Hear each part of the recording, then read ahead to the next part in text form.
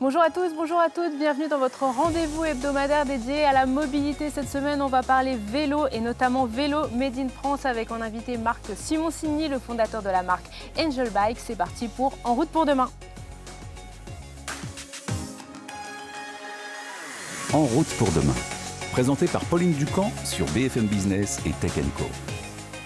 Et je suis ravie de vous retrouver pour cette nouvelle édition d'En route pour demain. Plus de 300 millions d'euros, c'est ce que l'État a investi depuis 2019 dans l'aménagement des pistes cyclables, mais aussi dans la réparation de nos vélos à la sortie du confinement. Et avec l'annonce il y a quelques semaines d'un nouveau plan vélo à 250 millions d'euros, eh bien la France fait clairement le pari du vélo au quotidien. Bonjour Pascal Samama. Bonjour Pauline. Alors la France est enfin devenue, j'oserais même dire redevenue une grande nation du vélo. Bah oui, elle a été longtemps une grande nation du vélo. Elle l'a oublié pendant quelques décennies, au point de transformer les grands fabricants de vélos en assembleurs de composants asiatiques. Alors, il y a eu, pour redevenir une grande nation du vélo, il y a eu quand même des choses qui se sont passées dans l'actualité. Il y a eu les grèves de 2019, il y a eu la crise sanitaire en 2020-2021, il y a eu les contraintes de stationnement, les contraintes de circulation, bref, les piétons à cause des problèmes de transport. Donc les piétons, les automobilistes, les motards, les scooteristes et bien sûr tous les cyclistes ou ceux qui aiment faire du vélo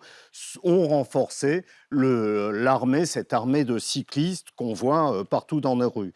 Alors l'État et les régions ont accompagné justement ce phénomène, ce mouvement avec des bonus pour alléger la facture du vélo et aussi le coup de pouce vélo qui a permis de réparer des vélos. Alors les ventes ont explosé et cela même malgré la pénurie de composants dont on a parlé pendant des mois et des mois. Alors en 2021, on n'a pas les chiffres 2022 bien sûr, mais en 2021, il s'est vendu 2,7 millions de vélos avec plus de 600 000 vélos à assistance électrique.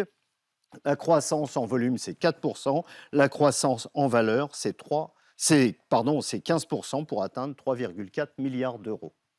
Et donc, du coup, on a, donc, grâce à l'aide à 1 million de vélos qui sont revenus sur nos routes, qui dormaient dans nos caves, dans nos greniers.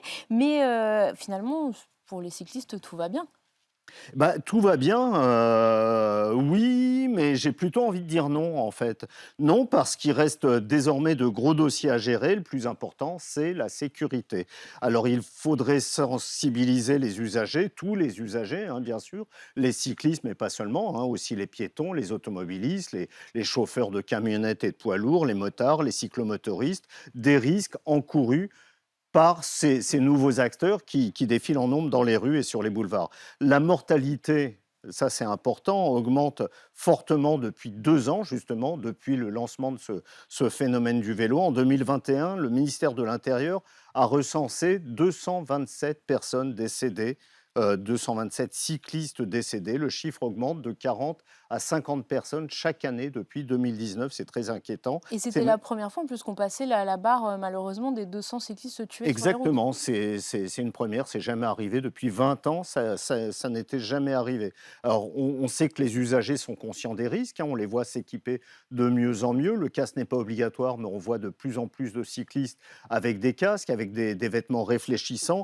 Bref, ils savent que mieux s'équiper, c'est mieux se protéger. Et puis surtout, le plan de 250 millions qui a été annoncé par le gouvernement va servir à aménager des infrastructures pour rouler mieux sécurisées. Alors, on a parlé sécurité, on en reparlera à la fin de l'émission avec un portefeuille d'accessoires que tu vas nous présenter pour améliorer encore cette sécurité. Mais il y a aussi un problème quand on fait du vélo, c'est les vols. Exactement, c'est l'autre gros dossier à traiter. Plus de 300 000 vélos sont volés chaque année en France. À Paris, c'est 500 vélos environ volés par mois. Et ces chiffres ne se basent que sur les dépôts de plainte. Donc on peut considérer que c'est bien plus important. Et sur ces vélos volés, seulement 4 à 5% peuvent être restitués à leurs propriétaires parce qu'ils disposent d'une plaque d'identification et surtout qu'ils sont restés sur le territoire.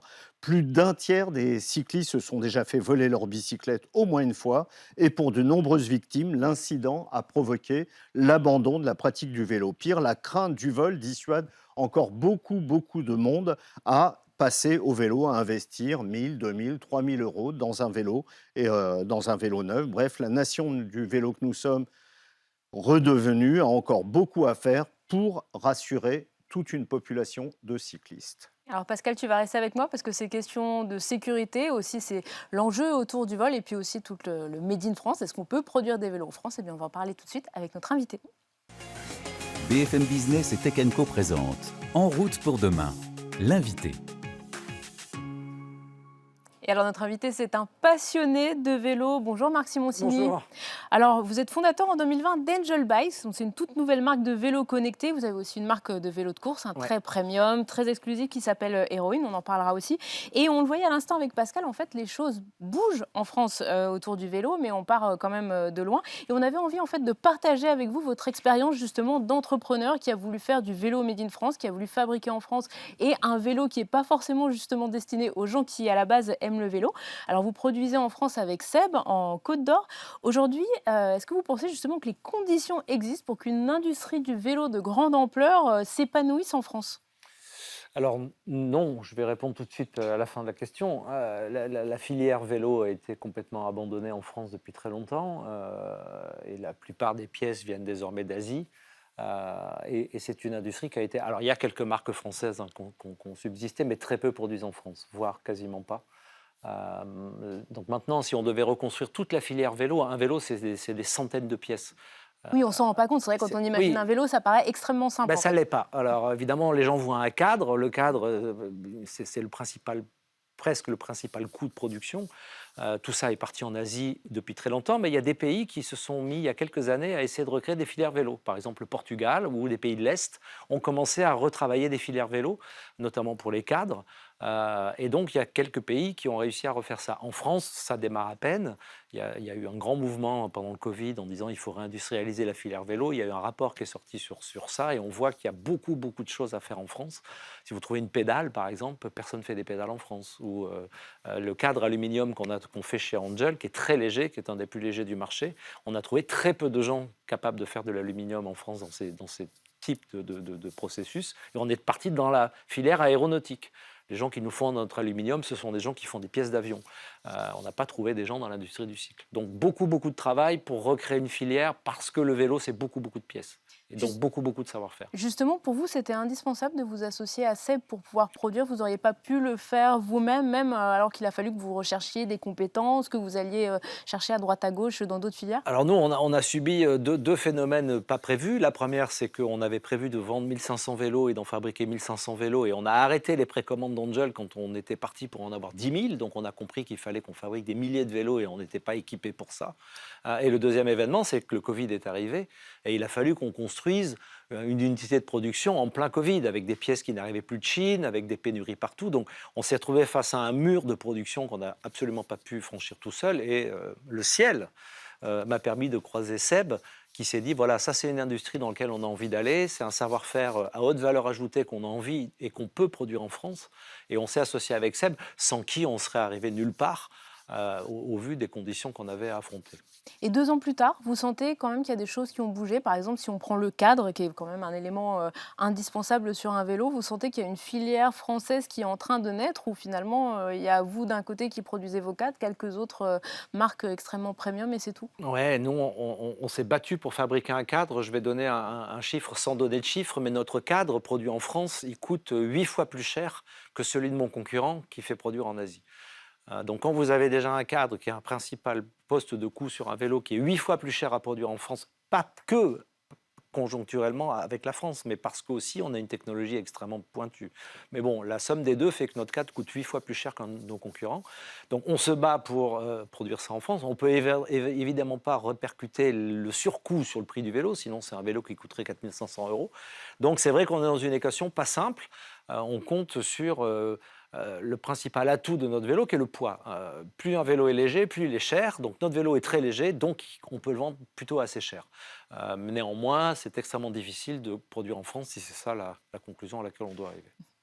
Est-ce qu'il faut parier de plus en plus, comme vous l'avez fait avec Seb, sur des passerelles entre l'industrie classique, en fait l'industrie qui n'est pas spécialisée dans le vélo, et des fabricants de vélos? Est-ce qu'il y a du potentiel de ce côté-là? Parce que, comme vous le dites, dans l'aéronautique, il y a du savoir-faire. J'imagine dans l'automobile, il y a du savoir-faire. On fabrique aussi des motos, des scooters en France, certaines marques en tout cas. Est-ce qu'il y aurait des passerelles possibles? C'est ce qu'on a prouvé avec ce deal avec Seb, qui est plutôt un petit deal, mais c'est emblématique. C'est une des premières fois qu'une start-up qui sort de nulle part, du digital, parce qu'il y a beaucoup de logiciels dans notre vélo. Ça, c'est mon monde.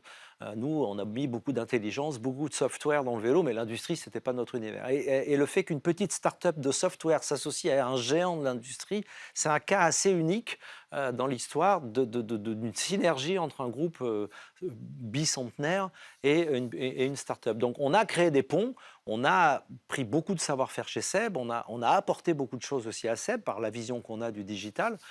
Et c'est, à mon sens, une des premières fois que ça se fait dans un marché de l'innovation grand public. Dans la recherche au niveau, ça se fait. Oui. Mais dans l'innovation d'usage, je ne suis pas certain que ce soit beaucoup fait. Donc ça, c'est emblématique. Il a fallu former le personnel de Seb, parce que c'est bien le personnel de Seb qui fait les vélos, à des technologies dont ils n'avaient pas l'habitude sur lesquelles ils n'avaient pas l'habitude de bosser. Exactement. Le process industriel de fabrication nous appartient, mais maintenant je le dis et je l'ai déjà dit, si Seb n'avait pas été là, on n'aurait pas été capable d'améliorer 165, je crois, de mémoire, processus de fabrication, parce que nous, on a fait 165 erreurs au départ, sachant qu'un vélo est complètement fait à la main. Donc le fait d'avoir un groupe industriel aussi fort et bon que Seb nous a permis d'améliorer sans cesse nos processus pour réduire les coûts et pour améliorer la fiabilité de nos vélos. Donc on s'apporte mutuellement beaucoup d'expérience, et en ça, c'est assez unique. Est-ce qu'aujourd'hui, tout ce travail d'ingénierie que vous avez fait avec Seb pourrait vous permettre de produire des vélos? Parce que les vélos Angel, c'est quand même des vélos où certes, il y a beaucoup de technologies qui sont aussi du coup assez chères sur le marché. Est-ce que vous pourriez, avec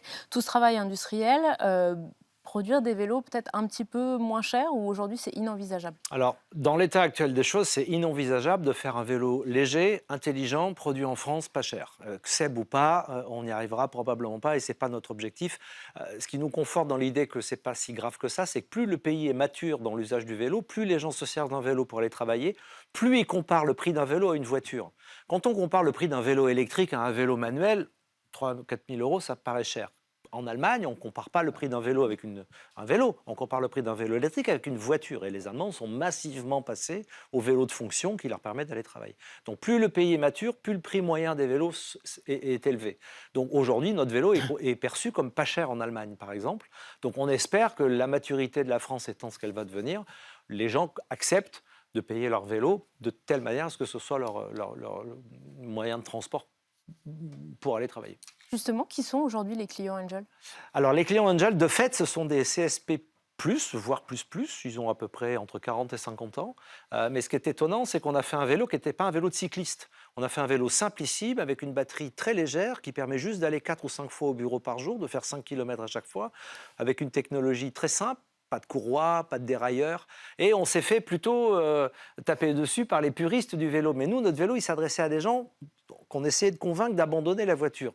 Le hasard a fait, ou notre talent, ou les deux, que 72% des clients Angel sont des gens qui n'avaient jamais eu de vélo avant.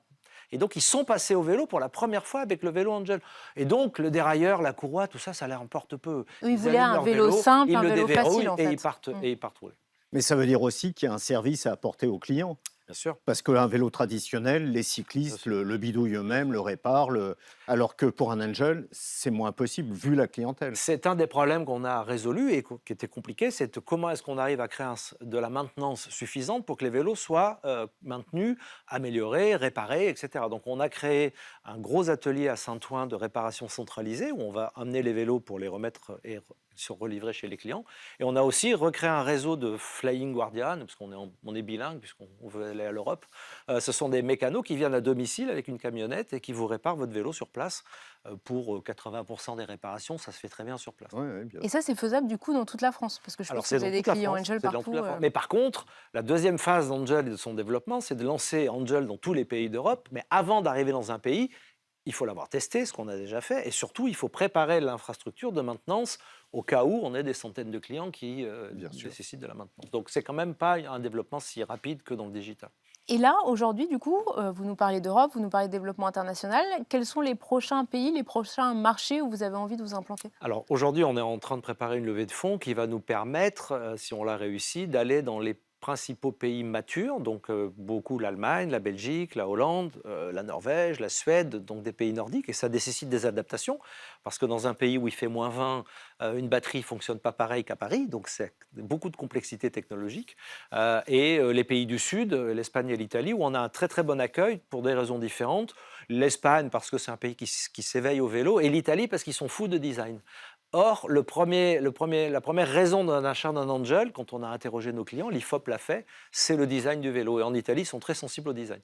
Un pays, par opposé, dans lequel on n'ira pas, parce que tout est devenu trop compliqué, aujourd'hui, c'est l'Angleterre. C'est le Brexit, ça vous a fermé les portes Le du Brexit, pays ça nous a complètement sortis d'Angleterre. C'est un cauchemar.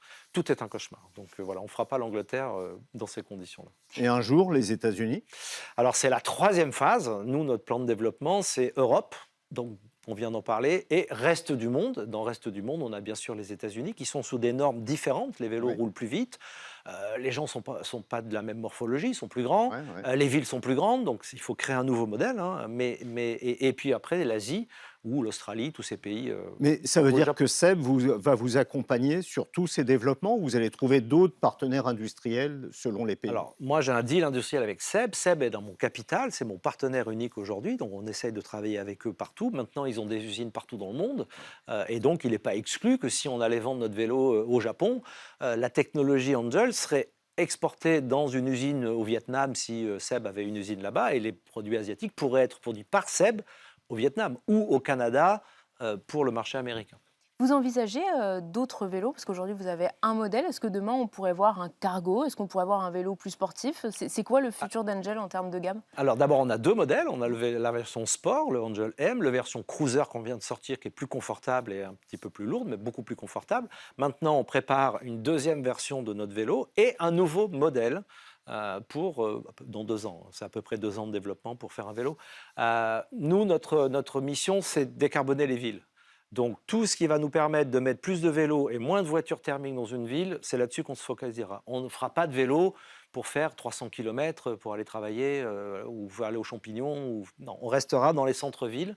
D'ailleurs, on ne raisonne pas par pays, on raisonne par ville. Combien de villes a-t-on à conquérir, sachant qu'il y a des villes qui ne sont pas du tout adaptées à Angel. Si la ville est comme ça, on n'ira pas. Donc, on restera sur des vélos qui servent pour aller travailler. Et en termes de vol, parce qu'on sait que l'une des éléments que vous mettez en avant, c'est justement le fait que voler un Angel Bike, c'est pas possible, et que si en plus on réussit, vous le remplacez pour le client.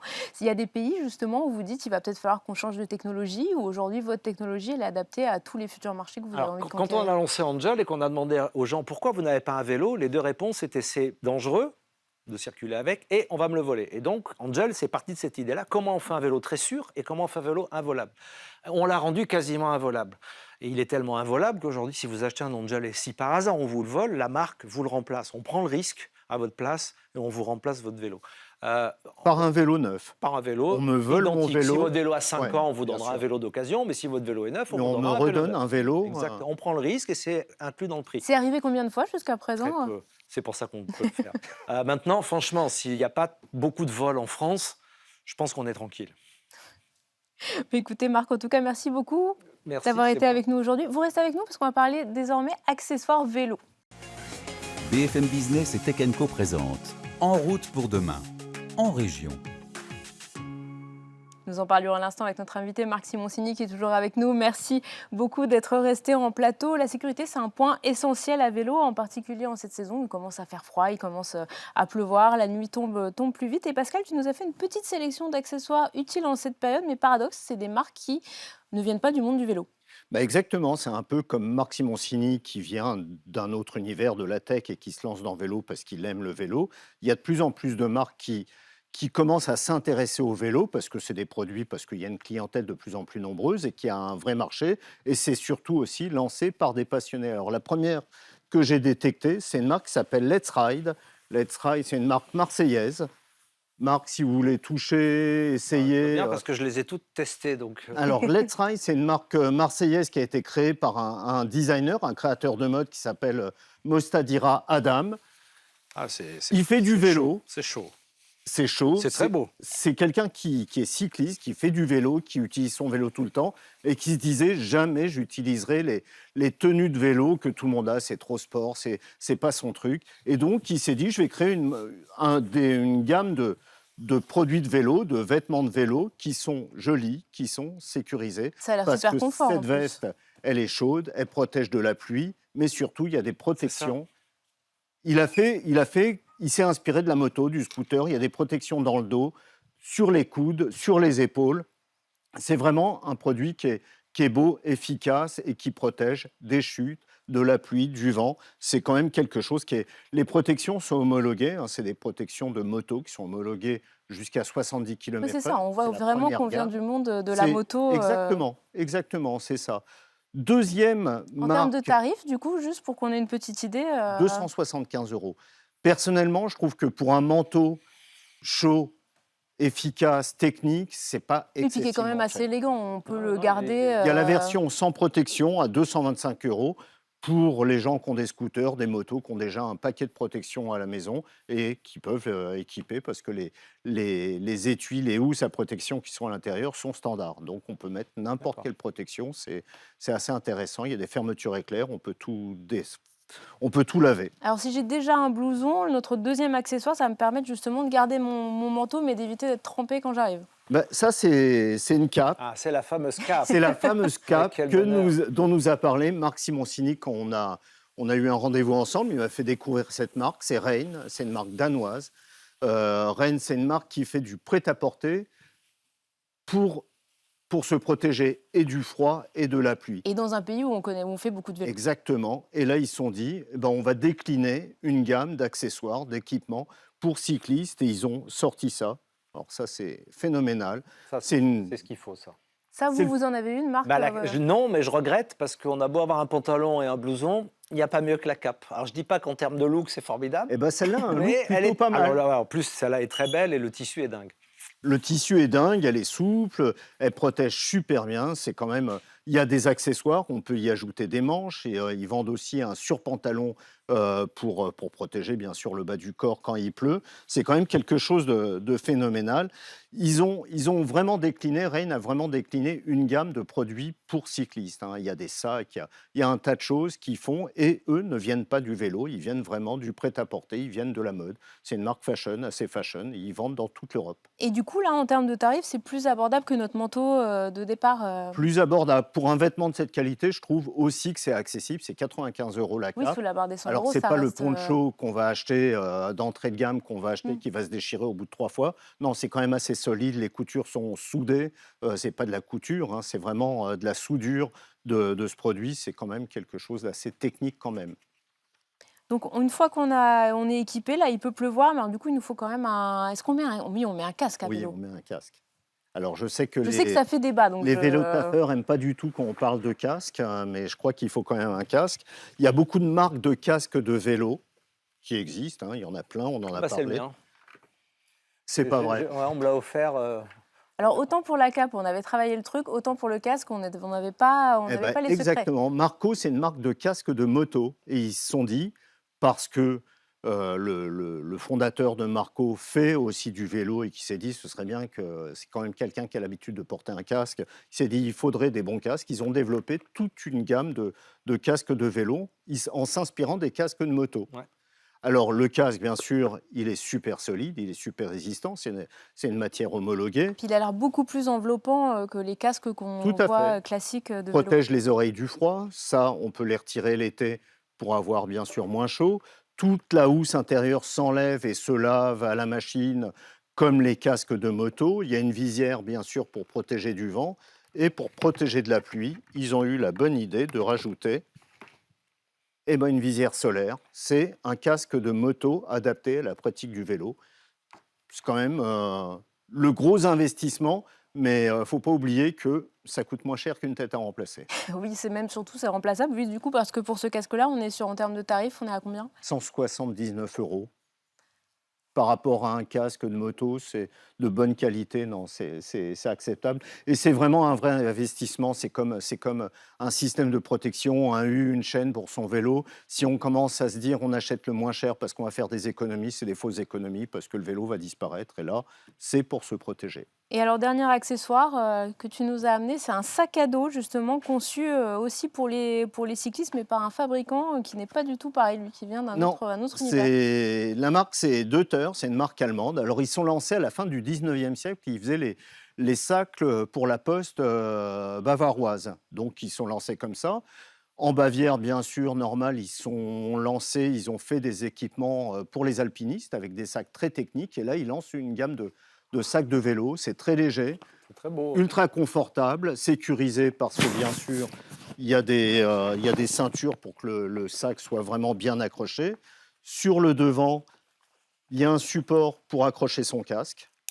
Parce que la galère, à chaque fois, c'est C'est de balader le génial. casque. de savoir ce qu'on va faire de son casque. On se le trimballe à la main et c'est toujours un peu embêtant. L'arrière est réfléchissant, ce qui fait que la nuit, c'est quand même pas mal. Et il est parfaitement étanche, totalement étanche. Il n'y a rien à dire. J'ai pas noté la marque, c'est Deuter, D-E-U-T-E-R. très beau. Je crois que ça se prononce comme Très ça. beau. Ça fera un joli cadeau de Bientôt Noël. un Deuter X-Angel je le et trouve un formidable. partenariat. Il y a plein de couleurs. Il est très très beau celui-là. Ouais, celui-là est très très beau. Et en termes de tarifs, du coup, sur celui-ci 200 €. Pour Oui. un sac technique. Là, on parle quand même d'équipement technique. C'est pas du. Hmm. C'est très accessible. Pas à toutes les bourses, bien sûr, mais on Mais n'est c'est pas volé. vraiment- C'est C'est du vraiment pour matériel des gens qui dure font du longtemps. vélo tous les jours pour Oui, aller oui, travailler et qui au dure très quotidien. longtemps. On achète un sac, dans 10 ans, ce sac, on l'utilisera encore. J'adore. Celui-là, j'adore. Bon, on va peut-être vous le laisser, Marc, du coup. En tout cas, merci beaucoup. Voilà, En route pour demain, c'est déjà fini pour aujourd'hui. Merci de nous suivre chaque semaine, toujours plus nombreux sur BFM Business le week-end et sur Tech & Co tout au long de la semaine. À bientôt. En route pour demain, la mobilité sous toutes ses formes sur BFM Business et Tech & Co.